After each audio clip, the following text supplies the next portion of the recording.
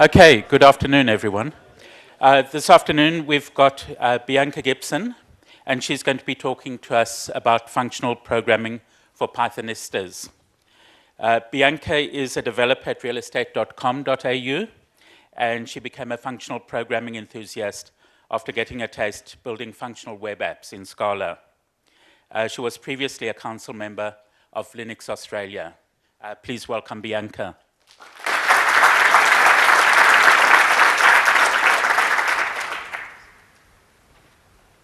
Can I have, thank you.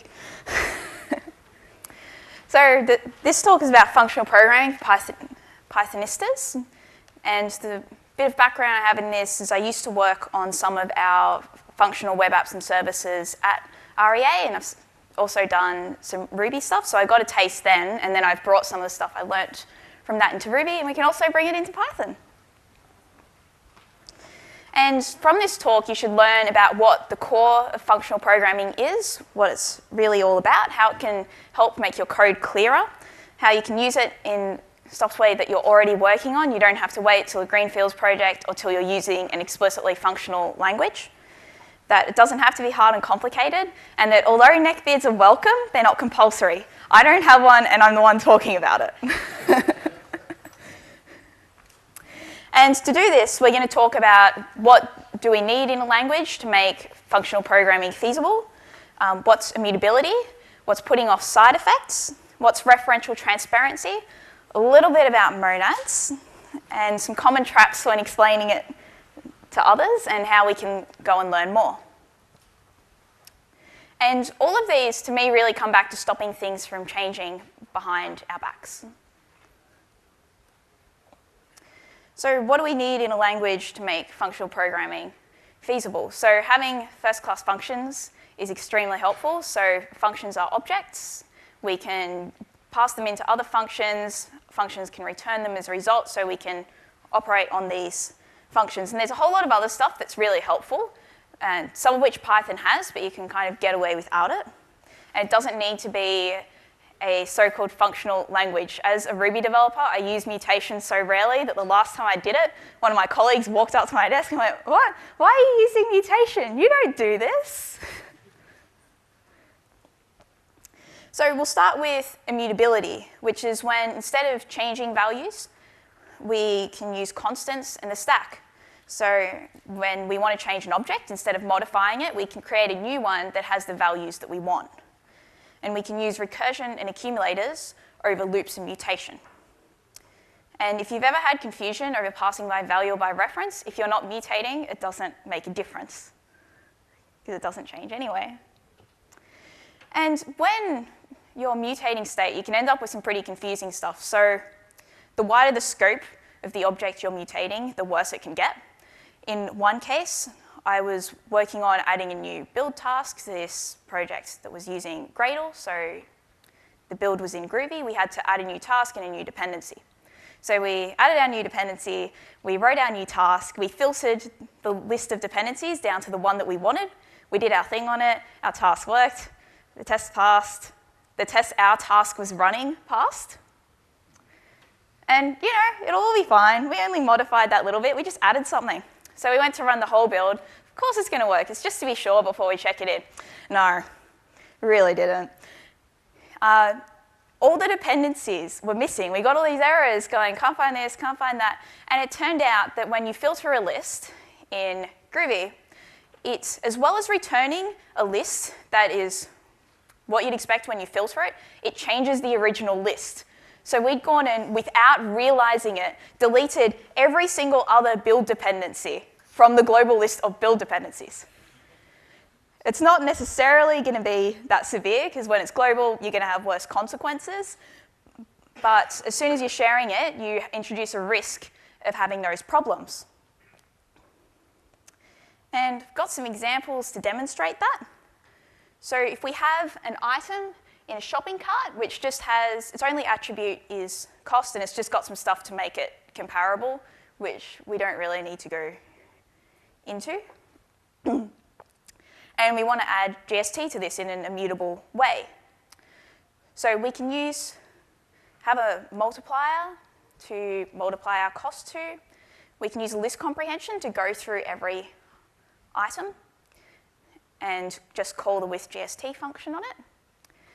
And this is where the difference between the mutable and immutable solution would come in. So if we're doing it mutably, we would change the item.cost.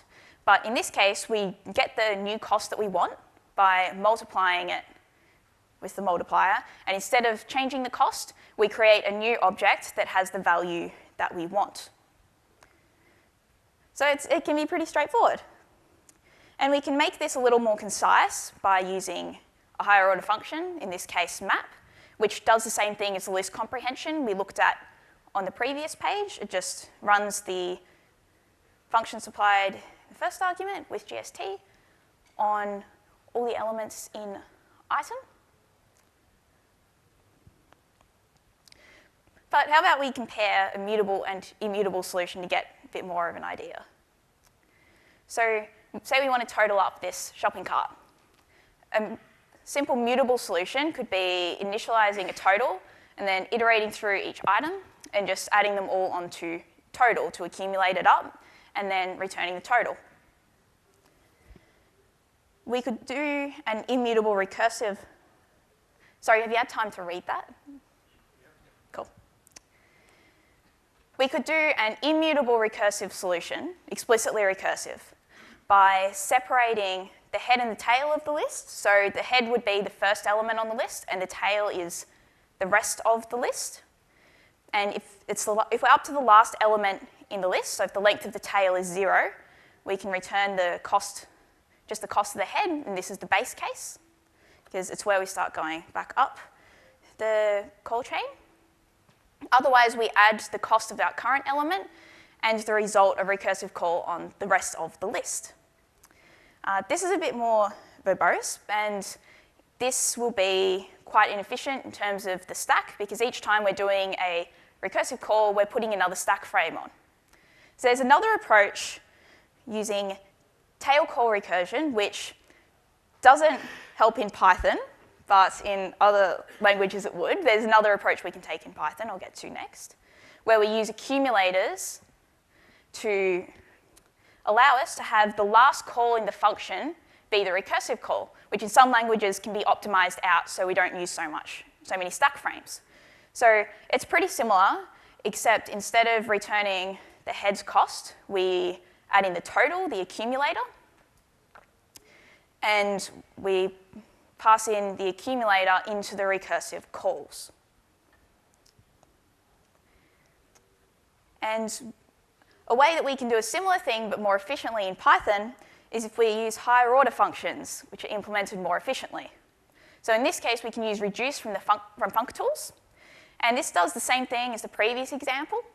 You'll see that it adds the total, sorry, my mouse wasn't working, the total and the cost of the head.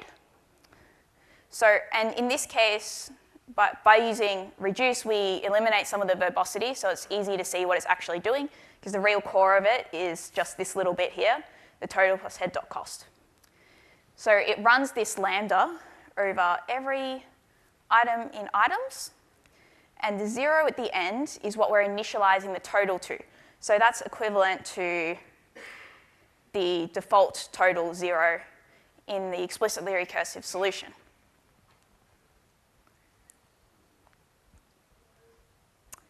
So moving along to side effects. So what are they? It's whenever your code affects the outside world. So if you write something out to disk, you do a network call, that's all side effects. It's really what your software does, how it interacts with the outside world.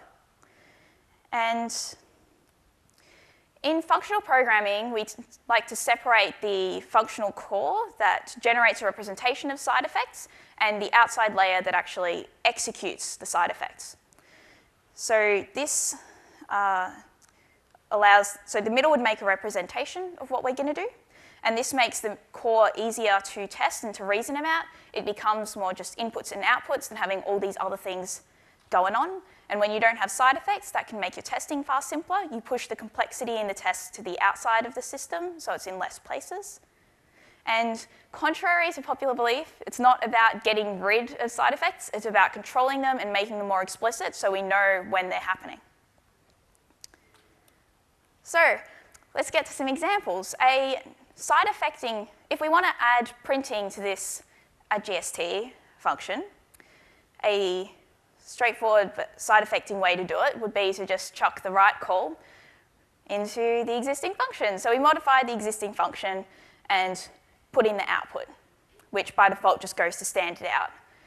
And we can call it, and it prints things out. Okay, it works.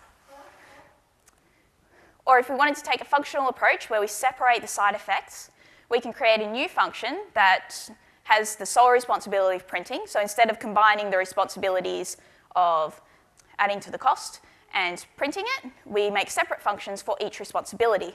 And we can just give print cost the result of the other function. And then that allows us to test them in isolation. So if we want to test, sorry, I need a drink.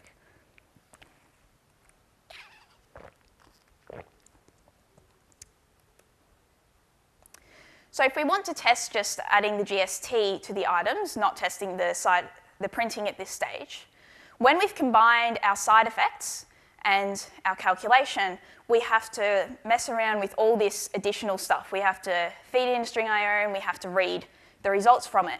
And the test isn't really very clear. The intention doesn't really jump out at you. And there's all this extra stuff going on.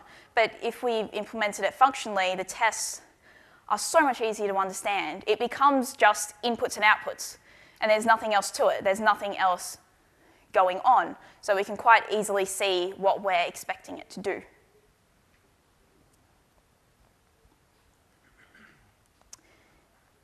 And another characteristic of functional software is referential transparency. So it's a combination of immutability and no side effects. And it means that if you call the function again and again, you'll always get the same result and there'll be no side effects. So this means you can replace the saved result of a function call with the function call and vice versa, and there are no negative consequences to it. And this means that everything the function does is encapsulated by the result. So you can reason about what it's doing just by going what goes in, what comes out. There's nothing else going on behind your back, so it's much clearer. So when we have referentially transparent functions, for example this one, we can call the same function with the same inputs. We get the same result in both cases, which seems pretty reasonable. However, when things are not referentially transparent, we can end up doing this exactly the same thing in almost exactly the same place, and different things happen. Because in this case, we're setting the item's cost as well as returning it. So we do the same thing again, and then different things happen, which doesn't make so much sense. And this would get harder to reason about in larger systems.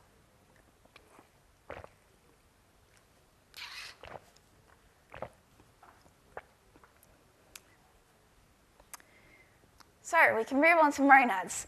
The time to disrupt the closet industry of terrible monad tutorials. Most of them still don't make sense to me.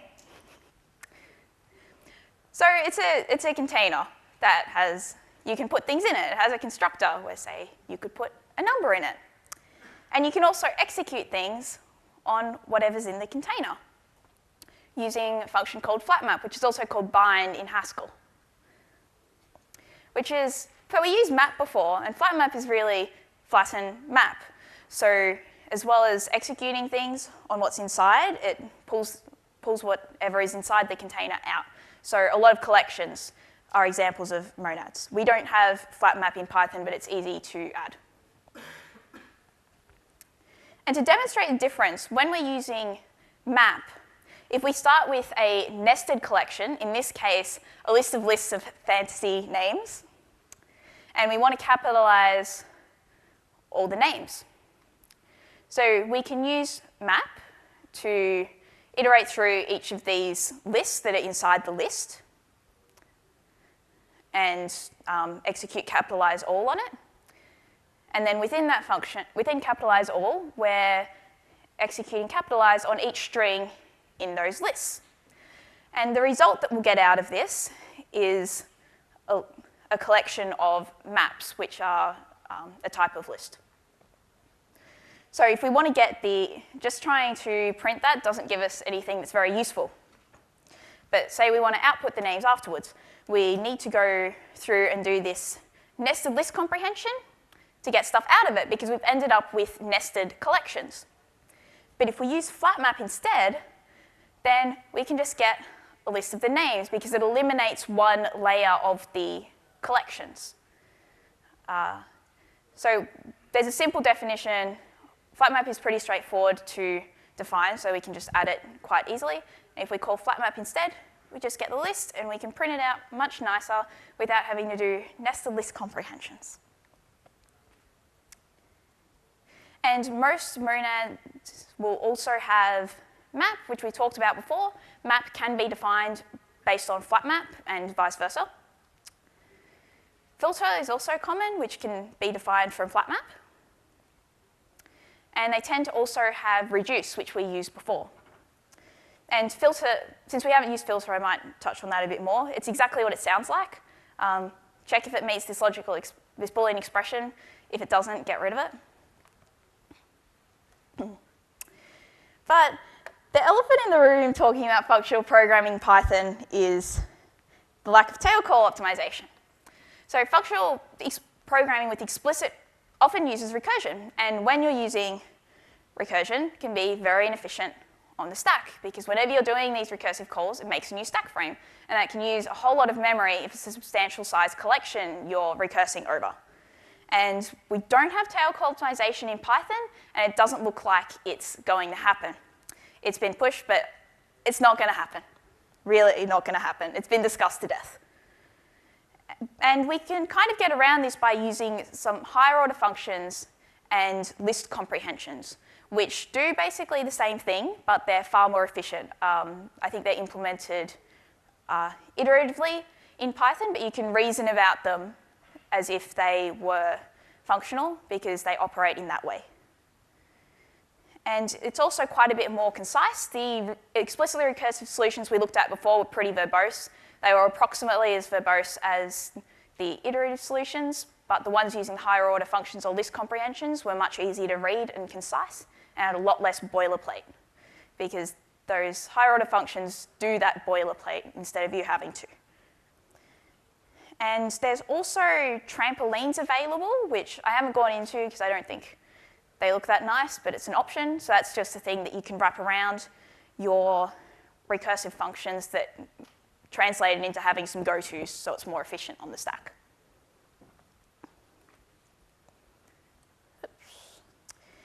And there are a lot of common pitfalls when teaching it. If any of you have read Monad tutorials, you probably realize this.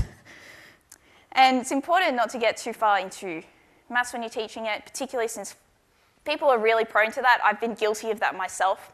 In the first version of the Ruby version of this talk, I had a note about not getting too mathematical, but I was using a number sequence as an example, which didn't make too much sense. And it's important to relate the concepts to stuff they already know. Like if you're talking to a C# programmer that's used LINQ, they've used a whole lot of monads, they just haven't heard the name. And sometimes we should avoid more intimidating words until they understand it and tell them what it is. And it's important to focus on the practical side because of that academic image. And I accidentally pressed the button twice, so I'll just jump back a bit. Some people claim that functional clashes with object orientation, which I rather strongly disagree with. So they'll claim that mutation of state is fundamental to object orientation, but I disagree. I think that creating new objects with the attributes you want instead of changing an existing one doesn't clash with object orientation at all, and I don't really see why it would. You can still have your objects like you would, you just create new ones. And since this is quite introductory to functional, there's a whole lot of resources I'll point you to for where you can go if you're interested in learning more. So to start with, and I'm going to have a link to the slides at the end, so you don't have to worry about jotting things down. You can go and look at it on GitHub. There's a how-to document in the Python docs, which has some really good examples. I did use some of their examples for some inspiration, but they advocate for local mutation, which I disagree with. I don't think it's as problematic as when the state is shared, but I prefer to avoid it. And they say that OO and FP clash, which I disagree with, but the examples are really good. There's a series of introductory articles here. There is a tail call optimization implementation, which translates it to have some go-tos, so it's more efficient, which you can look at if you're after that. There's a nice introduction to using map, filter, and reduce, which is the approach it suggests for doing functional in Python. Dive into Python's got a chapter on it. The Python practice book has a whole lot of exercises, which would be good for helping you learn how to apply it. And I haven't had the chance to look at this book yet because I only found out about it on Friday, but it's about functional programming in Python, so you could take a look at it and see if you like it. It sounds, from my brief look, it does sound like it's more about introducing the paradigm than Python, which is good. But since it's mainly a lot of functional is done in other languages, there are resources in other languages I'd suggest. I really liked the functional programming principles in Scala course on Coursera. That's one of the things I got started with. When I moved to one of our Scala teams, they gave me a week to go and do that, so I'd have a clue what to do. And if you prefer books, there's a book on functional programming in Scala, and all of these are more focused on the principles and the paradigm rather than on the language, but you have to use a language to do it, of course. If you want to know more about monads, since I could only give it a very brief flyby treatment, since it wasn't the main topic, refactoring Ruby with monads is a really good talk about it. It gives you a whole lot of examples, and you should be able, even though it is in Ruby, but you should be able to follow it quite well. It's my favorite monad tutorial because it's a lot easier to understand than most of them are. And there's some cool functional training that also helped me get started that one of my colleagues worked on.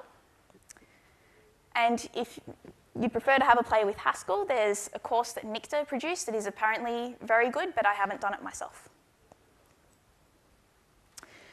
And what this all comes back to for me is stopping things from changing behind my back, stopping the state mutating behind my back, stopping side effects that I don't know about happening behind my back to make everything more explicit and easier to reason about. And do we have questions?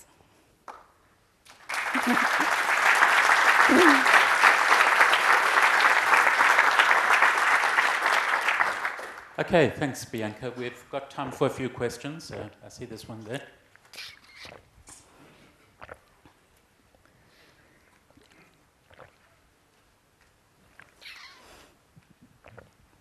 Hi, Bianca. Thanks for a good talk. No worries. So I've seen a few libraries in Python and I think Ruby that try to force you into being immutable, like, for example, classes that throw exceptions when you try to modify something and do other things that you shouldn't be, like, prevent you from doing other things that you shouldn't be doing. However, in my opinion, they haven't been that nice to use. So what's your take on that versus someone taking your perfect functional code, having no idea, and just adding mutation to the middle of it? So I'm not familiar with any of the tools in Python. I do Ruby for my job, but in Ruby, good luck with libraries is what I'd say. Your libraries are probably going to be mutating things. You'd have a lot of trouble finding libraries that don't mutate things everywhere. So I'd prefer to just maybe enforce it more through code review than through technical means. And you may have a good reason for mutating. For example, there was the last time I mutated in something, I wrote it halves the time, it halved the runtime of the method, and it was something we'd had performance problems with before. So I'd probably enforce it through code review rather than those means. Thanks. Hi, Bianca. Thanks for the talk. Could you maybe touch on some of the performance implications with Python if you're producing new objects? Like, I know map and filter are really highly optimized for performance, but if you're actually reproducing new objects as the output of classes, what potential performance implications there are for that? I expect it. I haven't benchmarked it, so I'm kind of guessing. I expect, from what I know of other languages and a bit of guessing, I expect it would be a bit slower. So maybe if you're trying to get every last bit of performance out of it, maybe not the best approach. But if you're not trying to get every last bit of performance, I reckon it'd probably be okay. Maybe see if you have problems with it and deal with it then, since it would be, you could just switch. Any more questions for Bianca? I had one. Right at the beginning of the talk, you mentioned that first-class objects were useful, but it sounded like not necessary for functional programming. First-class functions. First-class functions, thanks. Are there languages that support functional programming that don't support first-class functions? I think it would be possible to avoid side effects and mutation without it, but I think it would be a whole world of pain without without having access to first-class functions and higher-order functions. If there are no more questions, let's thank Bianca once again for a wonderful talk. And you get those cards, they gave us an extra card. Thank you.